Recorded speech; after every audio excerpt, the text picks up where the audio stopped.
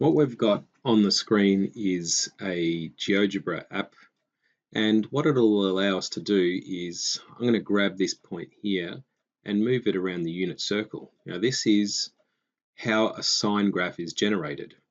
So remember that the sine is the y values. So let's have a look at the y value at this point. Notice that it's 0, okay? And as I move around the unit circle, a distance of 2 pi, if we keep thinking about what the y values are at each of these points here, what we'll find is the y values are going to go up to this point here, then they're going to come back down to 0, and they're going to go down to -1, and then they're going to come back up to 0 again. Okay, what that will do is as I move around the unit circle, it'll generate the graph for us here between 0 and 360 degrees, or 0 and 2 pi. So let's see what happens as I start increasing the angle here. So let's go. All right, so notice that over here it's going to start to draw the graph. Basically, it's just generating y values for each of these angles here. So at 15 degrees, it's got a y value of whatever that is, 0.259. And as I keep increasing it, it's going to go up and keep going up, although it's slowing down as it hits 1 and it gets to this top point here. Then what it will do is as I keep increasing it, it should come back down to 0 again. Because it's a circle, it'll do that perfectly with perfect symmetry to what happened when we went up to 90 degrees. So it'll be symmetrical about that point. Right, now we're here, and notice that the y values are going to go below, and again it should have roughly the same shape, albeit it should be below the x-axis now. There it goes, all the way up to 270, and then as I do this last one, it should be the same shape here reflected along this line. So let's have a look. There it goes. So that's the graph of the sine function. Now remember, what I can do around the unit circle now is do another trip around the unit circle. And what will happen is it'll just regenerate the same graph and the same graph over and over again to positive infinity, in fact. And same goes if I actually go in the negative direction around the unit circle, it'll just keep going for the negative values. So this graph here continues for all values of x in the real number system. Let's go and use this table of values here to sketch the graph. All right, so let's go through the exact values here. So I will draw my dodgy unit circle here, and we're doing the sine. Okay, so graphs of sine here. So what we are going to do is find the sine of theta. Okay, so the sine of theta, so we're here, and the sine is the y values. The y value there is 1. Okay, sine of 30. Okay, so 30 degrees. Again, I just remember that one. That one's a half. Sine of pi on 4, root 2 on 2. Now again, don't forget that if you're trying to evaluate these, a great way to do them is the triangles. 1, 1, root 2. And here is the other one, 2, 2, 2. That's 1. That's root 3, 60, 30, and 90 degrees. Okay, so let's do the 60-degree one, and sine is the opposite over adjacent, so that's root 3 on 2. All right, at 90 degrees, the value of sine is 1. At 135, we're going to go back to root 3 on 2. Okay, at 180, which is all the way, oops, that's wrong, that's 3.4, no, yes. So that should be 45. So that's going to be 1 on root 2, my apologies, or root 2 on 2.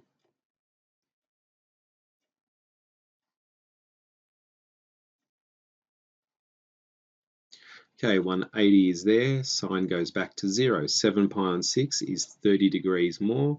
Notice that it's going to be a negative value this time. And in the first quadrant, the sine of 30 is going to be a half. Right, 240 is 30 less than 270, or the same as 60 degrees there. All right, so that's going to be negative, okay, and I'm going to get the sine of 60. The sine of 60 is opposite over hypotenuse, that's root 3 on 2. 270, the sine is -1. 315 is over here, which if we look at the sign, it's going to be negative, and a 45 or all 45s will have a root 2 on 2 or 1 on root 2. And now we're back to the start again. So the sine of 360 and 2 pi should be the same as the sine of 0, which is 1. All right, so what we'll do is we will attempt to graph this. So I'm just going to make this a little smaller so I can have these values here as well as my graph. Okay, so here is the sine of 0, which is 0. Sine of 30 is a half. Sine of 60 is 45, so where's 45? Halfway between. 45 is root 2 on 2, which is the same as 1 on root 2, which is 0.71. So here it would roughly be, yeah, no, there. All right. Now, the sine of 60 is root 3 on 2 is 0.87, so almost 0.9. Okay, and sine of pi on 2 is 90, that is 1. Okay, so you can see here what happens is the values that are generated by this produce that. If I connected up these dots, will produce that nice waveform. Right, so 135 is here, and that's going to be root 2 on 2, which is 0.7, which is roughly there. Right, 180 is 0. So I skipped a few values there, but we can see, let's just try to join it up. All right, not bad. That one doesn't, yeah, no, I'm not happy with that. No, missed again.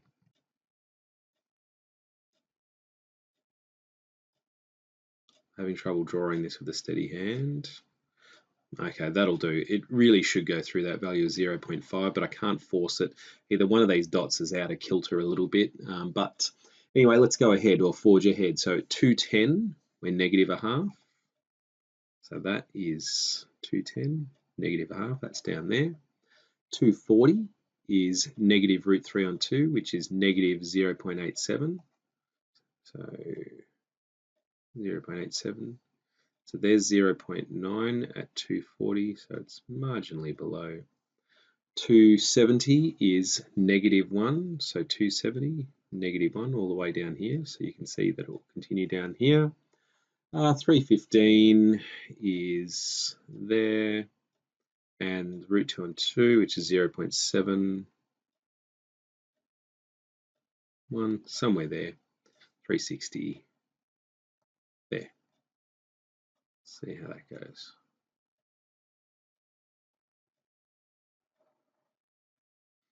All right, and what it will do is continue indefinitely in the positive and negative direction, because what we'll be doing is going around in circles and regenerating the exact same values again and again and again and again.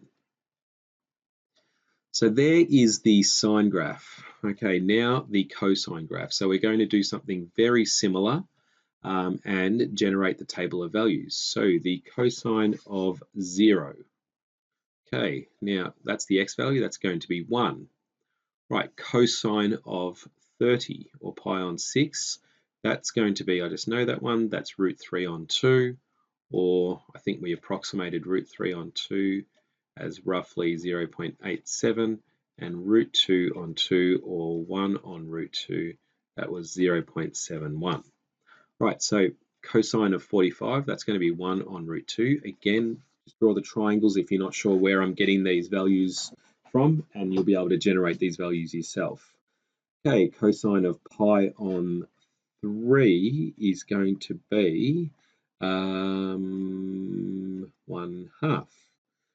Cosine of 90, so here we are at 90 degrees and the x value goes to 0.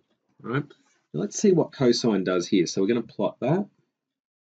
0, 30 is root 3 on 2, which is 0.87, so 30, 0.87, so roughly there. 45, which is 45 is 1 on root 2, which is 0.71, so roughly there. 60 is a half, and 90 is 0. So what we can see is that cosine behaves a little differently, but rather similar. Right, 135 is over here. We can see cosine is negative, so we know that that's a negative one. And that's 135 is based on a 45, which is a pi on 4. So that's going to be 1 on root 2, down to 180. Okay, so the cosine there goes back to 0. Right, so it's going to go to 180. No, what am I doing there? That's negative 1. Okay, so let's plot that one. So 135 is here, and it's negative 0.7, roughly there. 180, negative 1. So you can see here it continues down there. So what I'm presuming is this part here will be a mirror image of that. Let's just see if that happens. Right, so 210 is over here. It's certainly negative, and this is based on a 30-degree angle. So this is going to be the cosine of 30, which is negative root 3 on 2. 240 is going to be based on 60. It's negative as well. Negative cosine of 60 is a half. 270 cosine is 0. 315 over here is based on a 45. And we can see that cosine is positive. Is positive there? Yes, it is. So that's going to be 1 on root 2. And now we're back to the cosine of 0. So it'll generate the same value as the cosine of 360, which is 1. All right, let's fill in that. So we've got negative 1. Negative root 3 on 2 is 0.87 at 240. So 240 is negative 0.87, roughly there. 270 is 0. What have we got? 315 is there. Oh, I missed a half. 240 is half. Whoops. Let's get rid of that. Okay, let's try that again. So 210 was negative root 3 on 2. So that should be there.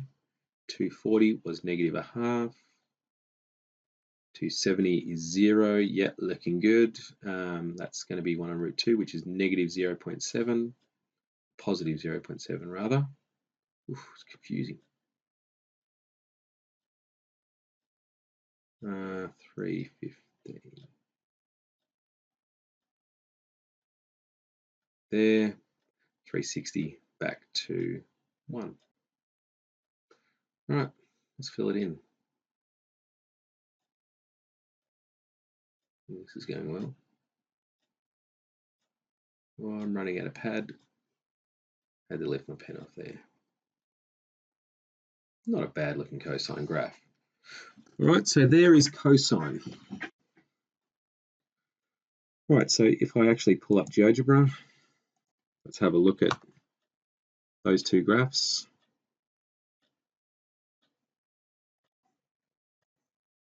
So here is y equals sine x.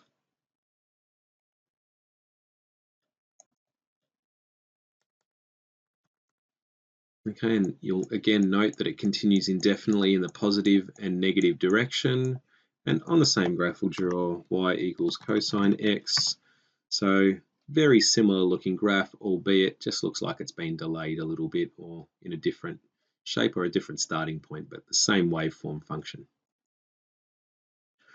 Okay, so what we'll do is I'll show you now how to quickly plot one cycle of y equals sine x and y equals cosine x, where x is measured in radians.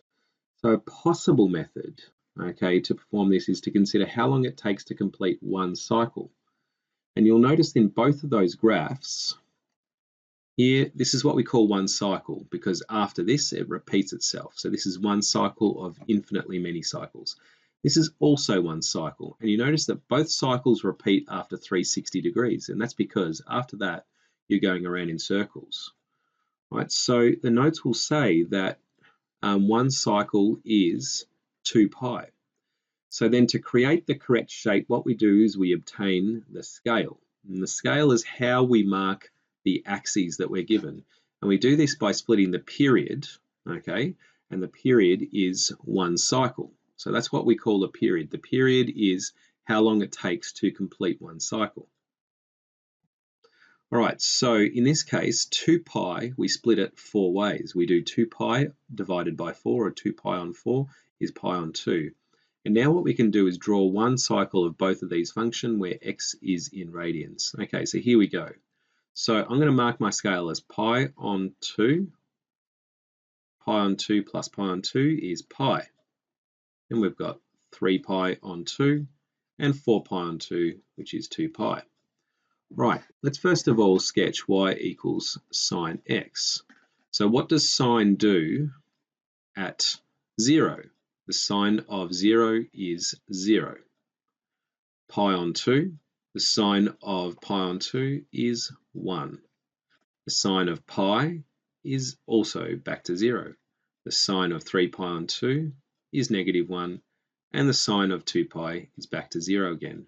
And with those 4 dots, it's really easy to get a sketch going, where this is -1 and this is 1. So there's 1 cycle of sine x. Now let's do 1 cycle of cosine x.